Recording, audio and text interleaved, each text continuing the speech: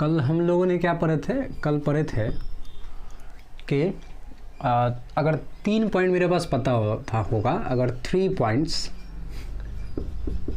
Points are given, अगर मेरे पास 3 point given होगा, जैसे एग्जांपल के तौर पे ए x1 y1 b x2 y2 and c x3 y3।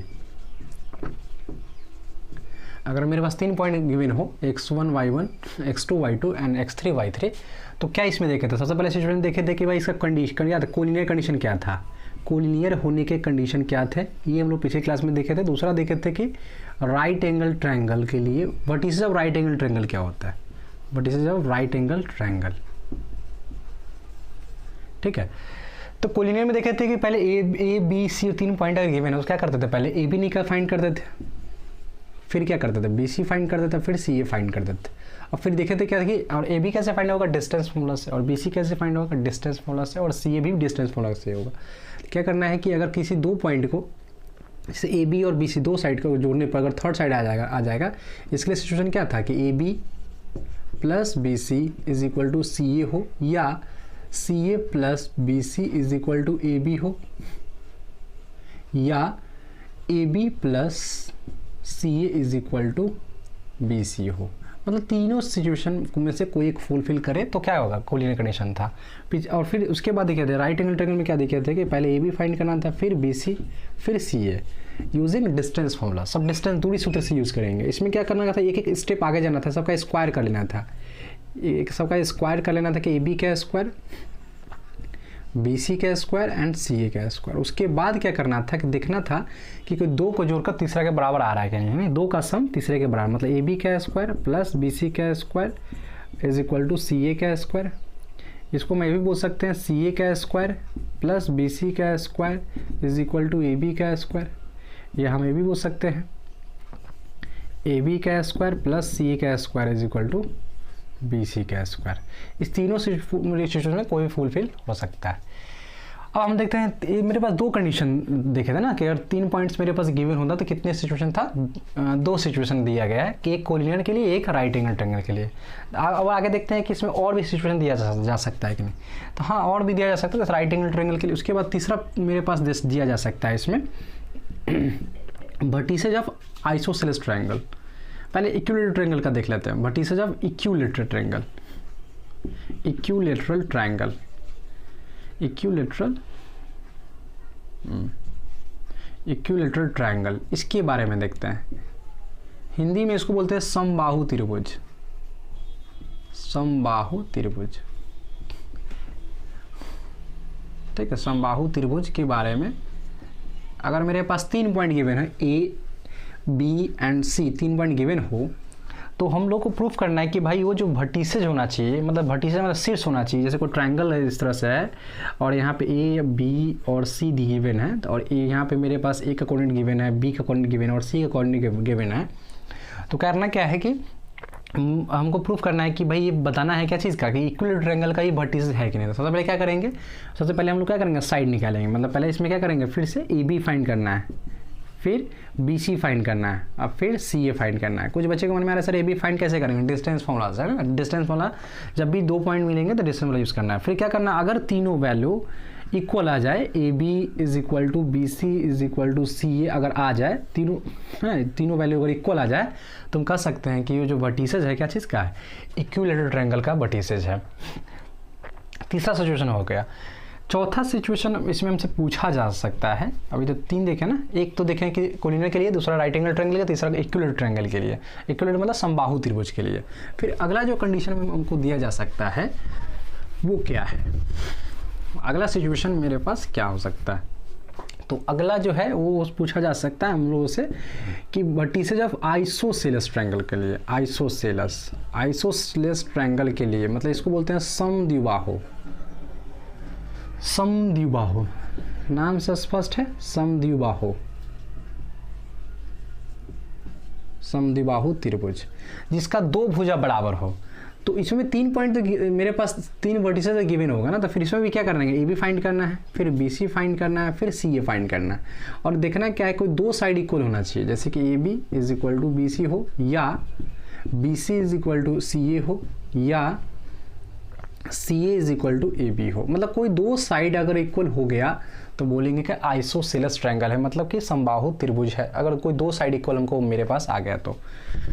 बस 3 पॉइंट अगर मेरे पास गिवन है तो मेरे पास 4 बातें हमसे पूछे जा सकते हैं। अगर 3 points are given A B and C, A point given x1 y1 and x2 y2 and x3 y3, तो हमसे 4 बातें पूछ सकते हैं जो हम लोग अभी देख चुके हैं। अब कौन कौन बातें पूछ सकते हैं, पहला तो हम बताएं किस कंडीशन फॉर किसका, कोलिनियर पूछा जा सकता है हम लोगों से। दूसरा पूछा what is a right angle triangle,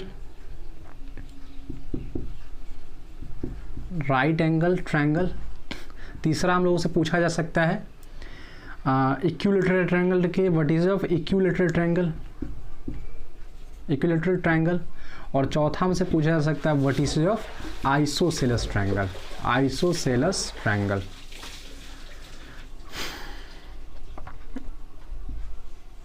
isosceles triangle, ये 4 बातें पूछे जा सकते हैं। हिंदी में बोले तो पहला बात पूछा जा सकता है संरेख के लिए, दूसरा पूछा जा सकता है समकोण त्रिभुज के लिए, तीसरा पूछा जा सकता है समबाहु त्रिभुज के लिए, चौथा पूछा जा सकता है समद्विबाहु त्रिभुज के बारे में हमसे पूछा जा सकता है कि 3 पॉइंट्स अगर गिवन हो तो क्या क्या सिचुएशन होगा। अब अगर हम देखेंगे, अब आगे नेक्स्ट सिचुएशन देखेंगे जो मेरे पास है। अगर मेरे पास 4 पॉइंट्स गिवन होंगे तो फिर क्या क्या पूछा जा सकता है। 3 पॉइंट्स आर गिवन तो देख लिए, अगर मेरे तो इसमें कितने सिचुएशन थे, 4 सिचुएशन थे। तो अगर मेरे पास 4 पॉइंट्स गिवन है, 4 पॉइंट्स आर गिवन, इसमें एक और पॉइंट रख लेते हैं, and D is equal to दिया हुआ, डी पॉइंट दिया हुआ x4 एंड y4। तो हमसे क्या क्या पूछे जा सकता है, तो इसमें पूछे जा सकते हैं हम लोगों के वर्टिसेज ऑफ, सबसे पहले पूछा जा सकता है रेक्टेंगल के बारे में, रेक्टेंगल के बारे में पूछा जा सकता है। रेक्टेंगल के बारे में पूछा जा सकता है सबसे पहले फर्स्ट में कि रेक्टेंगल क्या होता है। तो रेक्टेंगल के बारे में पूछा जाएगा तो सबसे पहली बात है रेक्टेंगल का क्या डेफिनेशन होता है कि अपोजिट साइड क्या होते हैं, इक्वल होते हैं। जैसे A B C and D है तो अपोजिट साइड इक्वल होते हैं, और ईच एंगल कितने डिग्री का होता है, 90 डिग्री का। आयत के बारे में, इसको रेक्टेंगल को हिंदी में बोलते हैं आयत, आयत बोलते हैं, ठीक है।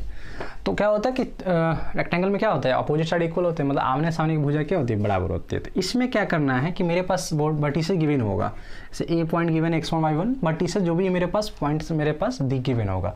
तो करना क्या है, सबसे पहले क्या करना है, सबको फाइंड कर लेना है, ए बी फाइंड कर लेना है, फिर बी सी फाइंड कर लेना है, फिर सी ए फाइंड कर लेना है, फिर सी डी फाइंड कर लेना है, फिर डी ए फाइंड कर लेना है, ठीक है। इसमें हमको 6 काम करने हैं। तो पहले तो हो गया, फिर डायगोनल भी, विकर्ण जिसको बोलते हैं विकर्ण, डायगोनल भी हमको फाइंड करना है, ठीक है। डायगोनल ही फाइंड करना, डायगोनल कौन सा हो गया, इसमें ए सी हो गया एंड बी डी हो गया। तो मतलब इसमें 6 टाइम्स हमको डिस्टेंस फॉर्मूला यूज़ करना है, मतलब 6 बार डिस्टेंस फॉर्मूला का यूज़ करना है, A B B C C D and D A C और बी डी। अब इसमें करना क्या है कि अपोजिट साइड इक्वल देखना है कि ए बी जो है किसके इक्वल होना चाहिए, ए बी अगर इक्वल हो जाए सी डी के, एंड बी सी जो हो जाए किसके इक्वल होना चाहिए, बी सी जो हो जाए किसके इक्वल, डी ए के, एंड जो विकर्ण डायगोनल है, डायगोनल कौन सा है, ए सी इज इक्वल टू हो जाए बी डी के। ये तीनों सिचुएशन फुलफिल होना चाहिए, इसमें से एक भी कम गया फिर ये राइट रेक्टेंगल का नहीं होगा, वर्टिसेस रेक्टेंगल का नहीं होगा। तो ये तीनों अगर सिचुएशन फुलफिल कर गया, मतलब अपोजिट साइड इक्वल हो गया और डायगोनल भी इक्वल हो गया, तो बोला गया रेक्टेंगल। तो उसको बोल सकते हैं वर्टिसेज ऑफ रेक्टेंगल में बोल सकते हैं हम लोग। मतलब ये आयत का मतलब शीर्ष हो सकते हैं नहीं, होंगे अगर सिचुएशन में अगर फुलफिल किया। तो एक बच्चा को मन में आया कि सर अगर ऐसा हो सकता है कि अपोजिट साइड इक्वल हो गया और डायगोनल इक्वल नहीं होगा, ठीक ना। तो डायगोनल इक्वल जैसे कि हम इसमें रेक्टेंगल के बारे में देखे थे, तो उसको क्या बोलेंगे, तो उसको बोलेंगे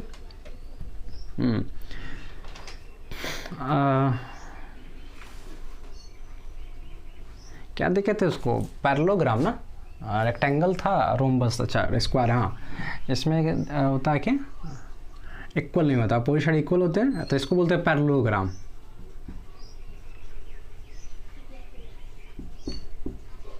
पैरेललोग्राम में क्या होता है कि भाई अपोजिट साइड इक्वल होते हैं, अपोजिट साइड इक्वल होते हैं। जैसे कि इसमें क्या होगा, ए बी जो होगा वो इक्वल होगा किसके, सी डी के,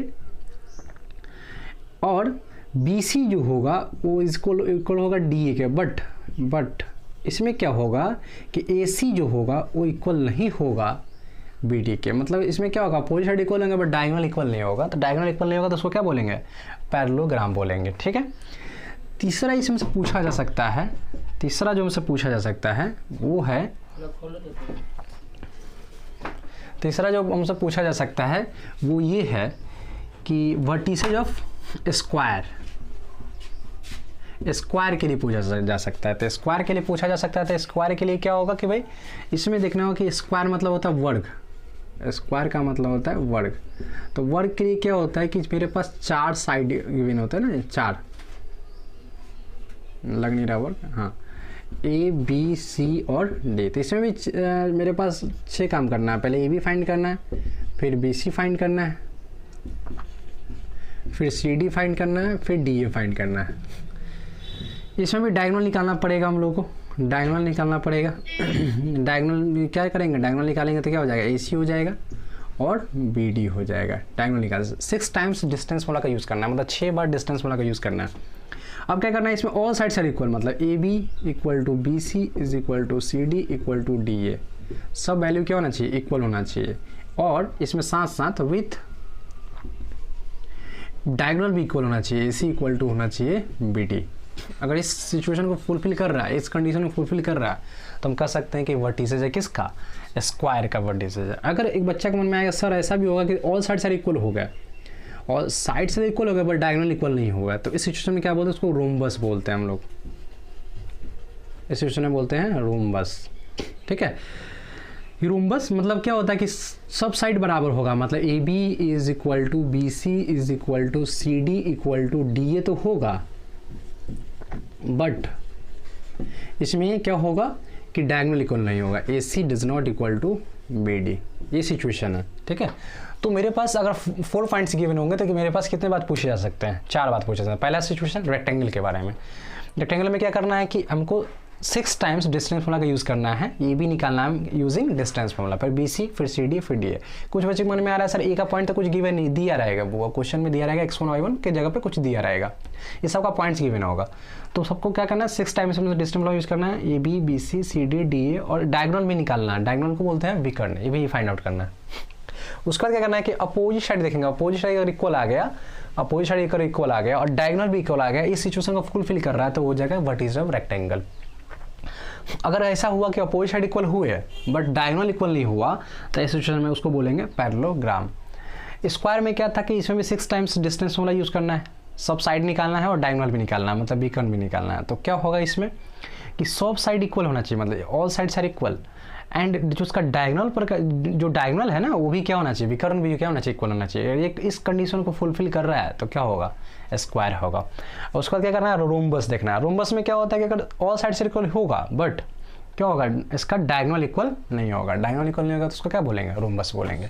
तो सिचुएशन था 4 पॉइंट्स गिवन होंगे तो हम लोग के पास 4 कॉन्सेप्ट होंगे, इससे पूछा जाएंगे। अब हमको जो मैंने इसमें और भी एक इम्पॉर्टेंट टॉपिक है, उस टॉपिक का नाम इक्यू डिस्टेंस। ये जो है इससे बहुत सारे क्वेश्चन पूछे जाते हैं डिस्टेंस फॉर्मूला के अकॉर्डिंग। ठीक है, तो उस पर करते हैं।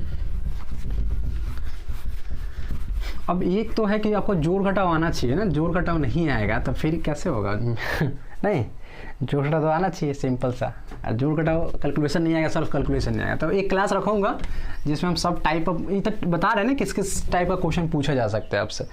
उसके बाद क्या करूँगा, क्वेश्चन भी करूँगा ना, कुछ क्वेश्चन प्रैक्टिस करा दूँगा कल क्लास में, कुछ क्वेश्चन प्रैक्टिस कराऊंगा यूजिंग डिस्टेंस फॉर्मूला। आज थियरी देखते हैं। अब हमसे पूछा जा सकता है ना इक्यू डिस्टेंस पे क्वेश्चन, जो कि बहुत ही इंपॉर्टेंट है, इक्यू डिस्टेंस। और बहुत सारे बच्चे इसमें जो है नहीं समझ पाते हैं इक्यू डिस्टेंस क्या होता है।